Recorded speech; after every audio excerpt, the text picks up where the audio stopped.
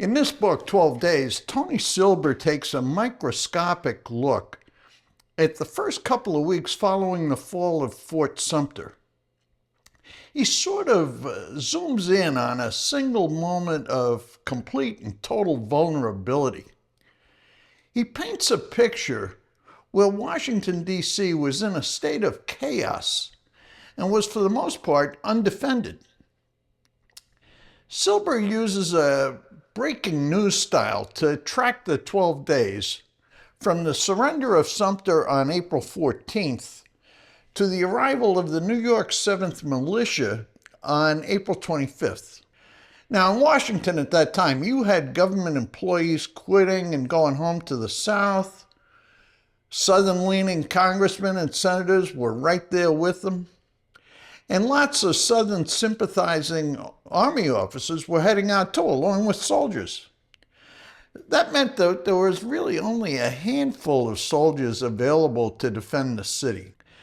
The big question in those couple of weeks was, could any troops from the North get into Washington before Jefferson Davis sent units that he had available, that he sent them up north to capture Washington? Now, getting from the north to Washington wasn't going to be easy. The shortest and best route was through Baltimore. And getting through Baltimore was really tough. Until I read this book, I had no idea how violent these people, the Southern sympathizers in Baltimore, were. They were attacking any troops who were trying to get through the city and get to Washington. Now, Silber presents Lincoln as a kind of total novice. He was only 7 weeks into his term, and he's got to survive a dozen days of near total isolation to save the government from collapsing before it can even begin to fight.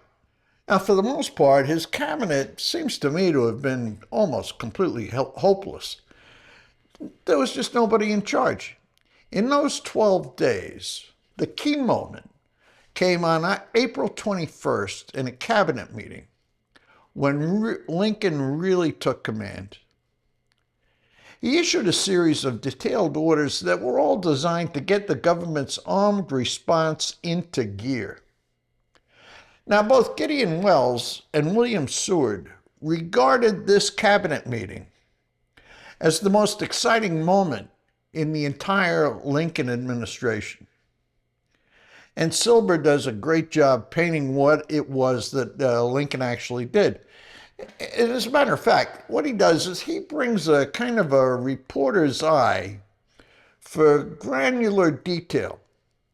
As you'd expect, he relies heavily on contemporary primary sources to recreate the tension of this 1861 communications blackout in Washington.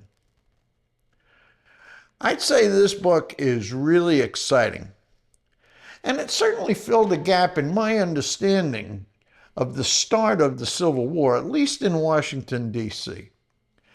So that's 12 Days, Tony Silber. I'll see you next week.